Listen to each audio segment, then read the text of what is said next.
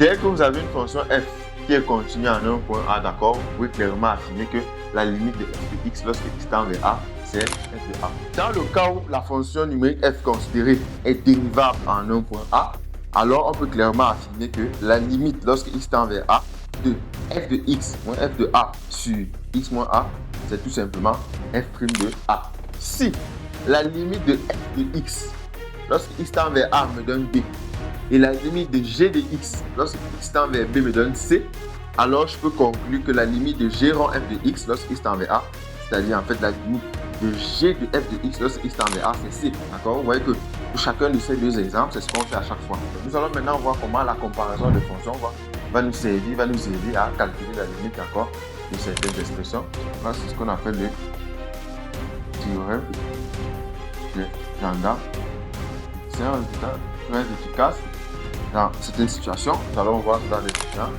Donc, puisqu'on vient d'établir que pour tout réel x, x carré moins 2 est inférieur ou égal à x carré moins 2 sin x, et que la limite de x carré moins 2 lorsque x tend vers plus infini, c'est plus infini, alors on peut clairement affirmer que la limite de c donne aussi plus infini.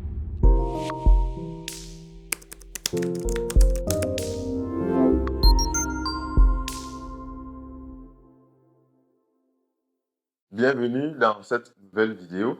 Alors, cette fois-ci, nous allons nous intéresser, comme l'intitulé l'indique, aux limites de fonctions. Donc, nous allons rapidement rentrer directement dans le vif du sujet, en commençant donc par le premier point. Et au niveau de ce premier point, donc, nous allons nous intéresser au lien en fait qui existe entre le calcul des limites et la continuité, et aussi le calcul des limites et la dérivabilité. Donc, on va s'intéresser à limites et continuité, et aussi limite et dérivabilité. Donc, on va gérer ces deux cas dans le même point. Alors, pour ce qui est de la continuité, nous allons commencer donc par le premier cas, le cas de la continuité. Et c'est en fait un rappel, d'accord? Donc, ce qu'il faut savoir ici, c'est que si f est une fonction continue en un point A, d'accord? Alors, qu'est-ce qu'on peut affirmer? On peut clairement affirmer que la limite de f de x lorsque x tend vers A, c'est tout simplement f de A. Donc, je crois que vous vous souvenez de cette caractérisation, d'accord? Généralement, quand vous demandez de montrer qu'une fonction est continue en un point A, d'accord, vous démontrez que la limite de f de x lorsque x tend vers A, c'est f de A. Et il y en a aussi des cas particuliers où on avait une limite à gauche et une limite à droite, et il fallait calculer toutes ces limites-là. Donc, ce qu'il faut retenir comme résultat ici, lorsqu'on parle de la relation qui lie le calcul des limites et la continuité, c'est que dès que vous avez une fonction f qui est continue en un point A, d'accord, vous pouvez clairement affirmer que la limite de f de x lorsque x tend vers A, c'est f de A. Bon, nous allons prendre un exemple assez simple, le cas avec une fonction polynomiale. Donc, nous pouvons noter exemple pour ce résultat.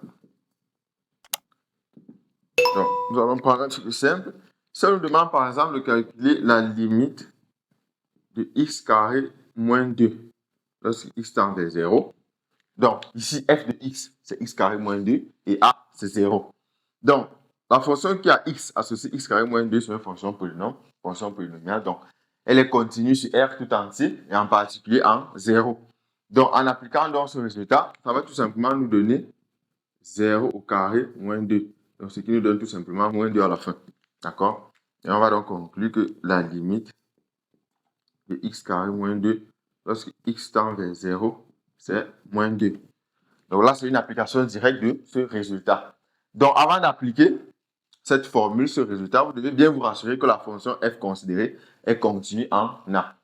Donc, ça, c'est pour le cas de la continuité. Nous allons aussi nous intéresser maintenant au cas de la dérivabilité. C'est un cas un peu plus intéressant parce que ça s'applique à des cas où on a des indéterminés. Donc, on va un peu voir.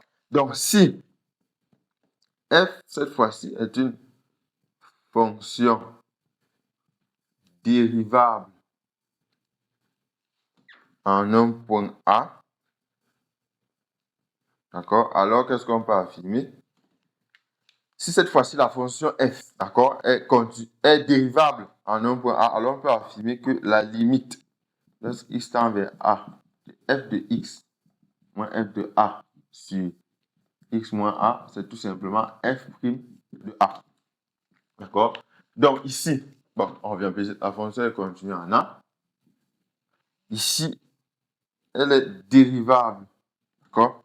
Donc, dans le cas où la fonction numérique f considérée est dérivable en un point A, alors on peut clairement affirmer que la limite lorsque x tend vers A de f de x moins f de A sur x moins A, c'est tout simplement f' de A. Et là, bon, on peut bien écrire ça effectivement parce que la fonction est dérivable, donc le nombre dérivé en A existe. Nous allons aussi prendre cette fois-ci un exemple que vous connaissez déjà très bien, je crois. Donc, nous allons marquer exemple et on va essayer de voir comment ça marche. Alors, dans cet exemple, nous allons clairement établir le fait que la limite lorsque x tend vers 0 de sinus x sur x est 1. D'accord? Je crois que c'est une limite que vous connaissez bien. Donc, essayons de regarder comment on va calculer la limite de sinus x sur x lorsque x tend vers 0. Donc, en fait, cette limite, c'est 1. D'accord? Nous allons clairement justifier pourquoi.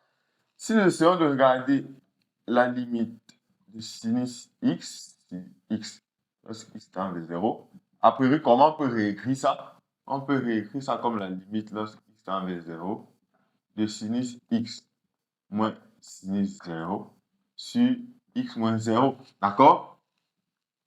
Et par la suite, nous allons tout simplement voir que ceci, c'est le cosinus de 0, ce qui va nous donner 1. Nous devons clairement justifier ça. Donc, on peut dire ceci car, premièrement, vous voyez que nous sommes quittés de sinus x à sinus x moins sinus 0. Donc là, c'est parce que le sinus de 0, c'est 0. D'accord? Et la fonction sinus, en fait, donc la fonction qui a x associée sinus x, elle est comment? Elle est dérivable en 0. Et quelle est sa fonction dérivée? Donc, il y a pour fonction dérivée la fonction qui a x associée cosinus x. D'accord? Nous savons que la dérivée de sinus, c'est cosinus. Donc, sachant donc qu'elle a pour fonction dérivée la fonction qui a x associée cosinus x, c'est la raison pour laquelle, en considérant, c'est-à-dire, on va clairement appliquer cette formule en prenant f égale à la fonction sinus. D'accord? Et on va prendre a égale à 0. Donc, la première des choses, c'est de remarquer que ceci peut se réécrire comme ça. D'accord? Et en prenant donc f comme la fonction sinus, à la fin, on peut clairement affirmer que cette limite est égale au cosinus de 0. C'est-à-dire f' de a, comme ça. Et on sait que le cosinus de 0, c'est 1. Et on peut justifier cela comme ceci. Donc, voilà comment vous pouvez exploiter, d'accord, la dérivabilité d'une fonction numérique en un point pour calculer par une limite qui se présente sous cette formule-là. Donc, nous allons essayer de voir, nous avons vu comment ça marche dans le cas où la fonction est continue en un point A. C'est un peu plus simple. Et dans le cas de la dérivabilité, c'est plus intéressant, d'accord? Parce que quand vous regardez, par exemple, une limite comme celle-ci, limite sinus x sur x lorsque x tend vers 0, vous voyez qu'a priori, si vous remplacez x par 0, vous aurez un truc qui est indéfini, une forme indéterminée a priori. Donc, maintenant, il faut juste un peu être attentif et vous remarquez que ceci peut se réécrire comme ça et vous appliquez ce résultat. Donc, voilà pour le cas de la continuité et de la dérivabilité. Dans la suite, nous allons maintenant nous intéresser à la limite de la composée de deux fonctions. Nous allons essayer de voir comment ça marche en prenant aussi des exemples.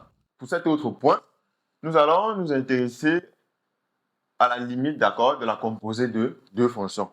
Donc, nous allons toujours commencer par un résultat, d'accord, le résultat qui va nous permettre de manière générale de calculer la limite de la composée de deux fonctions.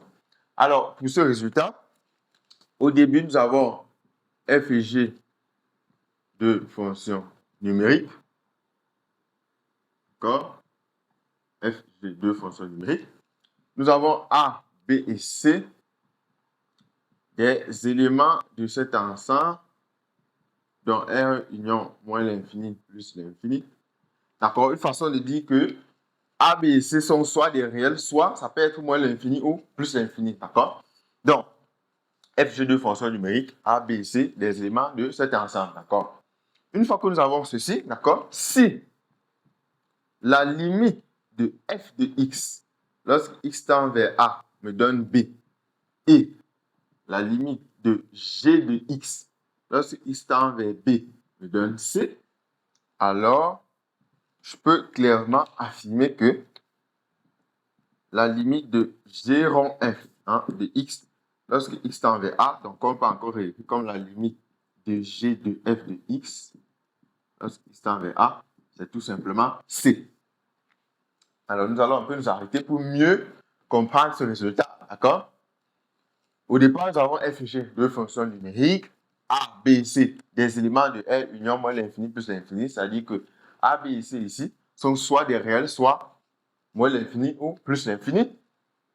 Ce résultat nous dit que si la limite de f de x, lorsque x tend vers a, me donne b, et la limite de g de x, lorsque x tend vers b, me donne c, alors je peux conclure que la limite de g rond f de x, lorsque x tend vers a, c'est-à-dire en fait la limite de g de f de x, lorsque x tend vers a, c'est c.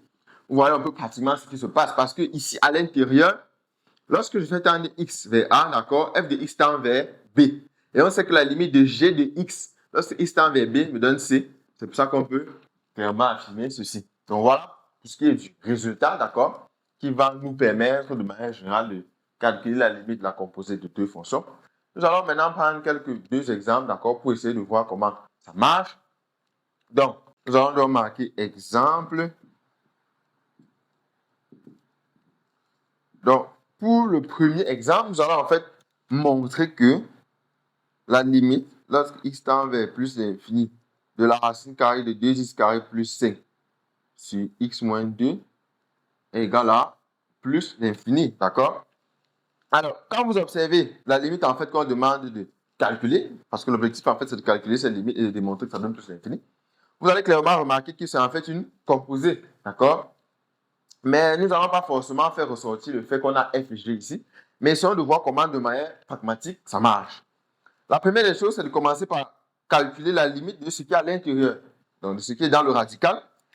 Si nous calculons la limite lorsque x tend vers plus l'infini de 2x carré plus 5 sur x moins 2, nous savons très bien comment on calcule la limite, d'accord, d'une fraction rationnelle comme ça.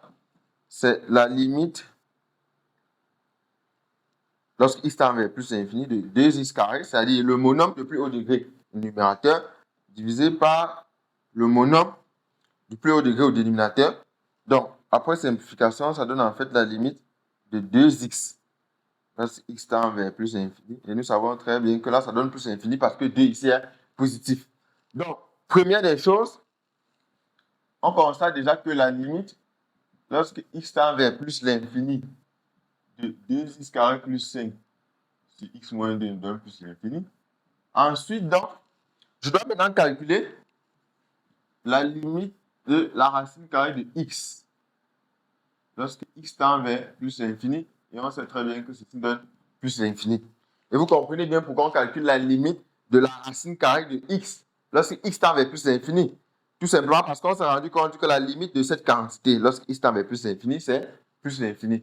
Donc, sachant donc que la limite de 2x carré plus 5 sur x moins 2 lorsque x tend vers plus l'infini, c'est plus l'infini, et que la limite de la racine carrée de x lorsque x tend vers plus l'infini, c'est plus l'infini, on va donc conclure que, d'accord, on va conclure que la limite lorsque x tend vers plus l'infini de la racine carrée de 2x carré plus 5 sur x moins 2, c'est tout simplement plus l'infini. Donc, voilà comment de manière pratique ça marche, hein, lorsqu'on veut calculer la limite de la composée de deux fonctions, d'accord? Alors, pour le deuxième exemple, nous allons en fait montrer que la limite, lorsque x tend vers plus l'infini, du sinus de pi facteur de x plus 1 sur 2x, c'est tout simplement 1, d'accord? Nous allons démontrer que la limite de cette expression, lorsque x tend vers plus l'infini, c'est 1. Alors, a priori, quand nous observons donc l'expression que nous avons là, c'est en fait une composée. Donc, nous allons en fait commencer par calculer la limite, ce qui est à l'intérieur. Donc, ça va donc donner limite lorsque x tend vers plus l'infini de pi x plus 1 sur 2x.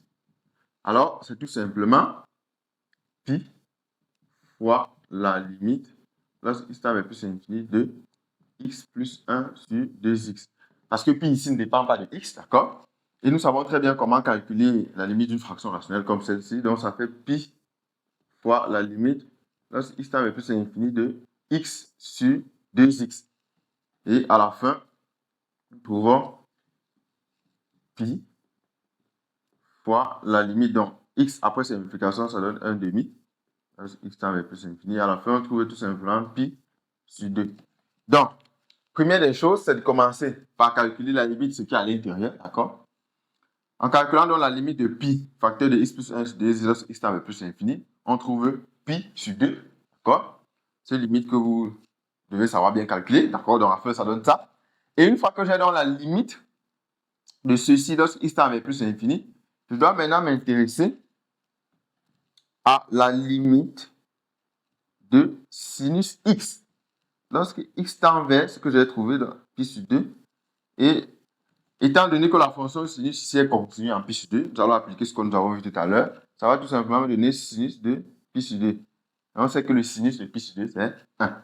Donc, étant donné que la limite de tout ceci à l'intérieur, lorsque x tend vers plus l'infini, me donne pi sur 2, et que la limite de sinus x, lorsque x tend vers pi sur 2, c'est 1, en appliquant donc ce résultat, nous allons clairement affirmer que la limite, lorsque x tend vers plus l'infini, de sinus pi facteur de x plus 1 sur 2x, c'est bien 1. D'accord? Donc, à chaque fois, lorsque vous aurez une expression de cette forme-ci-là, qui se présente en fait comme composé de deux fonctions, d'accord, vous devez toujours commencer par calculer la limite, d'accord, de ce qui est à l'intérieur. C'est-à-dire, quand vous regardez par exemple ce résultat, on vous dit limite de g de f de x lorsque x tend vers a. Vous voyez qu'on commence par calculer la limite de f de x lorsque x tend vers a. On obtient un certain b.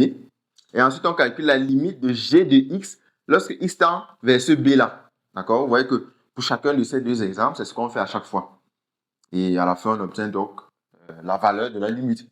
Et cette valeur-là, ça peut être réel, tout comme ça peut être l'infini. Donc, elle peut être finie ou infinie. Donc, ça ne gêne pas. C'est la raison pour laquelle, dans le résultat ici, on a généralisé. A, B, ici, c'est soit des réels, soit l'infini. Donc, moins l'infini ou plus l'infini. Donc, je crois qu'avec ces deux exemples, ça vous indique déjà clairement comment procéder, d'accord, lorsque vous aurez affaire à la limite de la composée de deux fonctions comme ceci. Donc, dans la suite, nous allons maintenant nous intéresser aux limites et à la comparaison des fonctions. Donc, nous allons maintenant voir comment la comparaison des fonctions va nous servir, va nous aider à calculer la limite, d'accord, de certaines expressions. Pour cet autre point, nous allons nous intéresser, d'accord, aux limites et à la comparaison de fonctions. Donc, nous allons voir comment la comparaison de fonctions peut nous aider, d'accord, pour calculer certaines limites. Donc, nous allons énoncer un certain nombre de résultats, d'accord, liés à ce point-ci. Donc, au départ, nous avons A, un élément de l'ensemble R union moins l'infini plus l'infini. D'accord? Je crois qu'on comprend ce que ça veut dire. Ça veut dire qu'ici, A, c'est soit un réel, soit c'est moins l'infini ou plus l'infini. Donc, nous avons aussi FGH, d'accord, des fonctions numériques définies, d'accord, c'est important, définies dans un voisinage qu'on a noté V de A. Donc, au départ, nous avons besoin d'un élément A, d'accord, de cet ensemble, FGH des fonctions numériques définies dans un voisinage V de A. Une fois que nous avons donc ça, nous allons essayer de remarquer, bon, nous aurons plusieurs points ici. Nous allons commencer donc par le premier point. Alors, dans ce premier point, nous allons supposer que, donc on va dire en supposant que pour tout x dans ce voisinage, f de x inférieur à g de x. Donc là, c'est l'hypothèse de départ pour ce premier point. Donc, en supposant que pour tout élément x dans le voisinage fixé, f de x est toujours inférieur ou égal à g de x, d'accord? Nous avons un premier cas. Si la limite de f de x, lorsque x tend vers a, me donne plus l'infini, alors je peux affirmer que la limite de g de x, lorsque x tend vers a, me donne aussi plus l'infini. Donc, essayons de bien voir comment ça marche. Donc, ce premier point nous dit que si pour tout x déjà, d'accord, dans le voisinage v de a, f de x est toujours inférieur ou égal à g de x, d'accord, si en calculant la limite de f de x, lorsque x tend vers a, je trouve plus l'infini, alors je peux clairement affirmer que la limite de g de x aussi, lorsque x tend vers a, c'est plus l'infini. Je crois que vous essayez déjà de voir pourquoi ça marche. Parce que regardez bien ce qui se passe dans le voisinage v de a. Pour tout x là-bas, f de x est toujours inférieur ou égal à g de x. Donc, a priori, ici, plus l'infini, c'est une sorte de plus grand élément, d'accord? Donc, si ici, j'ai déjà plus l'infini, sachant que ceci est plus petit que ça, forcément, la limite ici aussi me donne plus l'infini. Donc, c'est en fait l'intuition derrière ce résultat. Nous allons aussi regarder un autre cas, toujours dans une situation où on a ça. Donc, si cette fois-ci, la limite de g de x, lorsque x tend vers a me donne moins l'infini, d'accord? On peut clairement affirmer que la limite de f de x aussi donne moins l'infini. Donc, c'est un cas pratiquement similaire à celui-ci. Tout simplement parce que regardez ce qui se passe. Si pour tout x dans v, ceci est toujours vérifié, d'accord? Si la limite de g de x, lorsque x tend vers a me donne moins l'infini, d'accord? Et que je sais que ceci marche, alors forcément, je peux affirmer que la limite de f de x, lorsque x tend vers a me donne aussi moins l'infini. Parce que de manière intuitive, moins l'infini ici, c'est une sorte de plus petit élément. Donc, parce que si ici j'ai déjà moins l'infini, sachant que f de x est plus petit que g de x, alors forcément ici j'ai aussi moins l'infini. Donc ça, c'est aussi l'intuition derrière ce résultat. Nous allons prendre des exemples un peu plus devant. Donc, nous allons d'abord nous intéresser à l'énoncé de ces résultats. Donc, voilà ce qu'on peut dire dans ce premier cas-ci. Donc, si pour tout x, dans le voisinage V, cette inégalité est toujours vérifiée, alors, en fonction des différents cas, voilà donc les affirmations qu'on peut faire. Nous allons regarder un autre point, un deuxième cas. Alors, dans ce cas-ci, si on suppose, donc en supposant que pour tout x dans le voisinage V, la valeur absolue de f de x moins un certain réel L est inférieure ou égal à g de x, d'accord? Donc, on précise que L ici, c'est un réel. Et là, a priori, c'est dans une situation où la fonction g est positive sur v, donc que ça marche.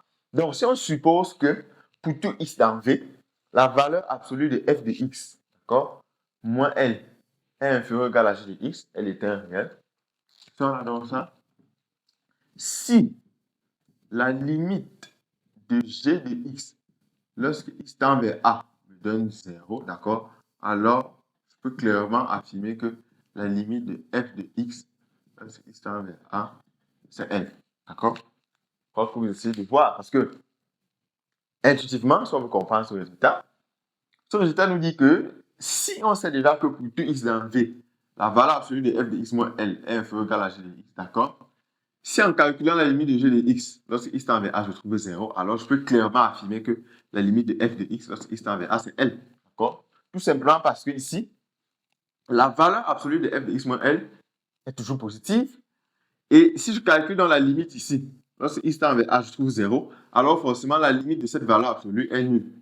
Et ça va clairement impliquer que la limite de f de x, lorsque x tend vers a, c'est L. D'accord? Maintenant, nous allons aussi énoncer un autre résultat pratiquement similaire à celui-ci, un résultat qui permet de mieux comprendre ce résultat, cet autre résultat.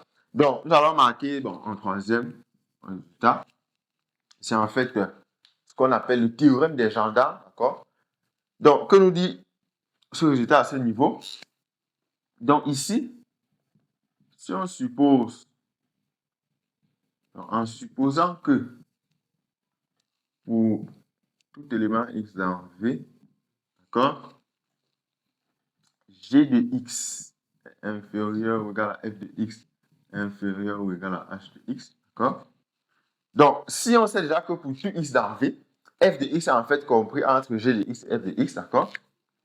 Si la limite de g de x lorsque x tend vers a me donne un certain L, que la limite de h de x aussi lorsque x tend vers a me donne ce même L là, donc L ici c'est un réel, alors on peut clairement affirmer que la limite de f de x lorsque x tend vers a, c'est aussi L.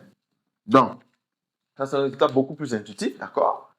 Parce que ce résultat nous dit que si on sait déjà que pour tout x dans V, f de x est compris entre g de x et h de x, d'accord? Et que de plus, en calculant la limite de g de x lorsque x tend vers a, je trouve un certain réel L. je calcule la limite de f de x lorsque x tend vers a, je trouve ce même réel L là, alors je peux clairement affirmer que la limite de f de x lorsque x tend vers a, c'est aussi L. D'accord? Et c'est pour ça qu'on parle du théorème des gendarmes, parce qu'on a une sorte d'encadrement. Donc là, c'est ce qu'on a, on va dire qu'on a. Donc ce résultat est appelé théorème des gendarmes. Donc là, c'est ce qu'on appelle le théorème des gendarmes. C'est un résultat très efficace dans certaines situations. Nous allons voir ça dans des exemples. Donc, nous essayons de voir donc comment, de manière pratique, la comparaison de fonctions, d'accord, peut nous aider, peut efficacement nous aider pour démontrer, pour calculer certaines limites, pour démontrer que la limite d'une certaine fonction est égale à telle valeur. Donc, nous allons donc prendre quelques exemples pour voir comment, de manière pratique, ça marche. Après avoir vu comment la comparaison de fonctions, d'accord, peut nous servir, peut nous aider pour le calcul de limites, nous allons donc prendre quelques exemples.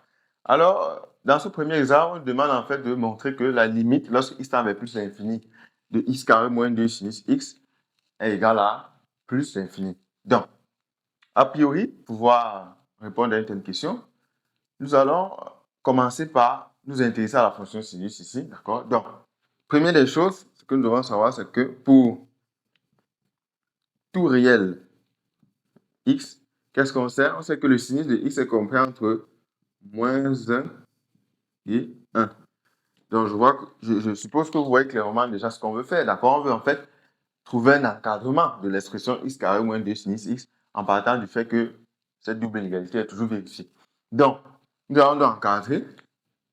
On va donc dire ainsi, en exploitant donc ceci. En multipliant par moins 2, ça va en fait donner moins 2 inférieur ou égal à moins 2 sinus x inférieur ou égal à 2. Et il faut maintenant ajouter x carré.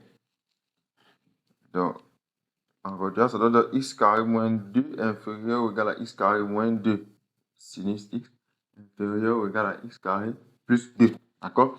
Donc, en effectuant un encadrement, a priori, on obtient ceci. Mais, parmi les deux inégalités, il n'y a qu'une seule qui va nous intéresser ici. D'accord? C'est celle-ci. Donc, on va donc dire en particulier, x carré moins 2 est inférieur ou égal à x carré moins 2 sinus x. Et en remarquant donc comme la limite de x carré moins 2, lorsque x tend vers plus l'infini, c'est tout simplement plus l'infini. D'accord? Nous allons nous servir du premier résultat que nous avons énoncé tout à l'heure, c'est-à-dire, ce résultat nous disait que si pour tout x, d'accord, dans un certain voisinage de a, donc notre a ici c'est plus l'infini, vous avez f de x inférieur ou égal à g de x, et que la limite de f de x, d'accord, me donne déjà plus l'infini, alors je peux conclure que la limite ici c'est aussi plus l'infini. Donc, puisqu'on vient d'établir que pour tout réel x, x carré moins 2 est inférieur ou égal à x carré moins 2 sinus x, et que la limite de x carré moins 2, lorsque x tend vers plus l'infini, c'est plus l'infini, alors on peut clairement affirmer que la limite de ceci donne aussi plus l'infini. Donc, on va donc dire alors la limite lorsque x tend vers plus l'infini de x carré moins 2 sinus x, c'est aussi plus l'infini. Donc, voilà comment ça marche. Donc, cet exemple nous permet de voir déjà comment calculer ce genre de limite. Et généralement, donc, lorsque vous aurez affaire à des fonctions qu'il faut intervenir sinus ou cosinus, ainsi de suite, vous devez partir du fait que le sinus de x ou le cosinus est compris entre moins 1 et vous battez à avoir un encadrement. Et généralement, vous allez exploiter l'une des inégalités. Donc, dans ce cas, on va exploiter le fait que x carré moins 2 est inférieur ou égal à x carré moins 2x.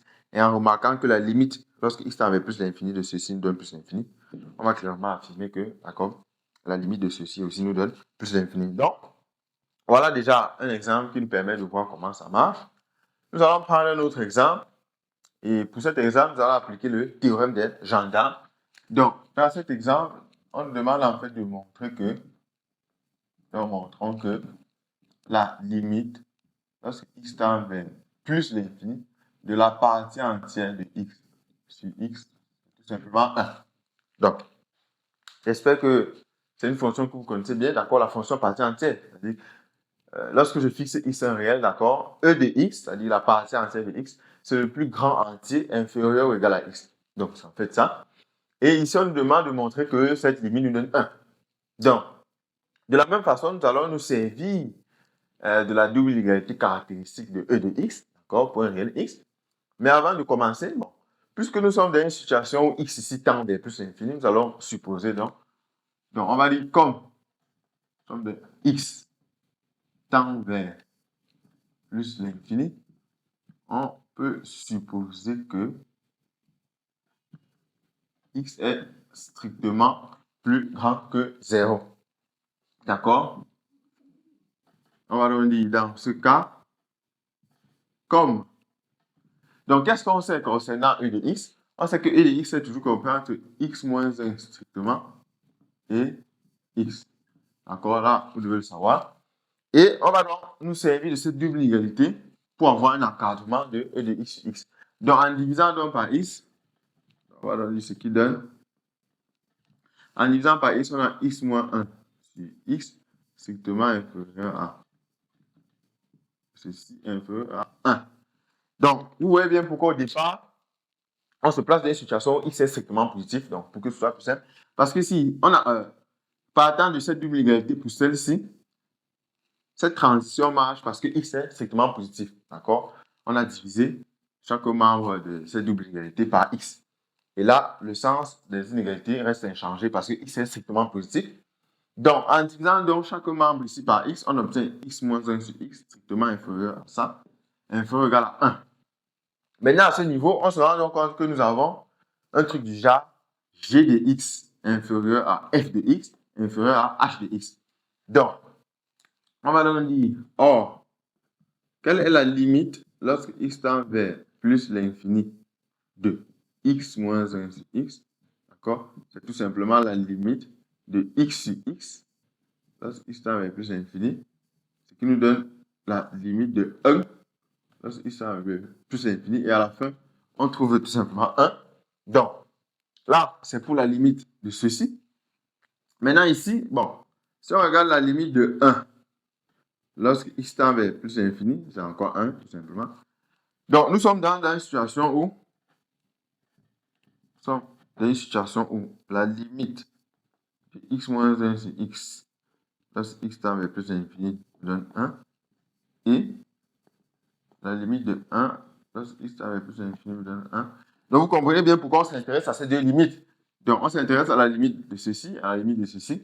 On se rend donc compte qu'on obtient la même valeur.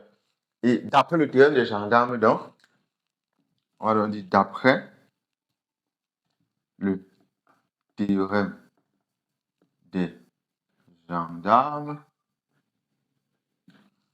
on va donc conclure que la limite, lorsque x tend vers plus l'infini de e de x sur x, c'est aussi 1. Donc, vous voyez donc bien, pour ces deux exemples, comment procéder. Et vous devez remarquer qu'il y aura donc des situations où, avant de passer au calcul des limites, vous aurez à effectuer un certain nombre d'opérations, notamment portant sur des encadrements. Donc, vous voyez qu'ici, on exploite le fait que le sinus de x est toujours compris entre moins 1 et 1. Et ici, on se sert de cette double égalité caractéristique de la partie entière, d'accord, d'un réel x. Donc, ici, on a exploité ceci. Et ici, on a exploité ceci. Voilà. Donc, voilà donc comment, de manière générale, ça marche. Ici, on a exploité l'une des premières propriétés, l'un des premiers résultats que nous avons énoncés. Et ici, là, c'est pour le cas du théorème des gendarmes. Et dans la suite, dans la série des vidéos où nous allons résoudre un certain nombre d'exercices, nous allons voir comment le théorème des gendarmes, d'accord, permet de calculer beaucoup de cas, permet de gérer beaucoup de cas, d'accord, de calcul des limites. Donc là, ce n'est qu'un exemple, assez simple peut-être. Mais nous allons voir dans la suite, d'accord, comment ce théorème va nous aider pour calculer les limites.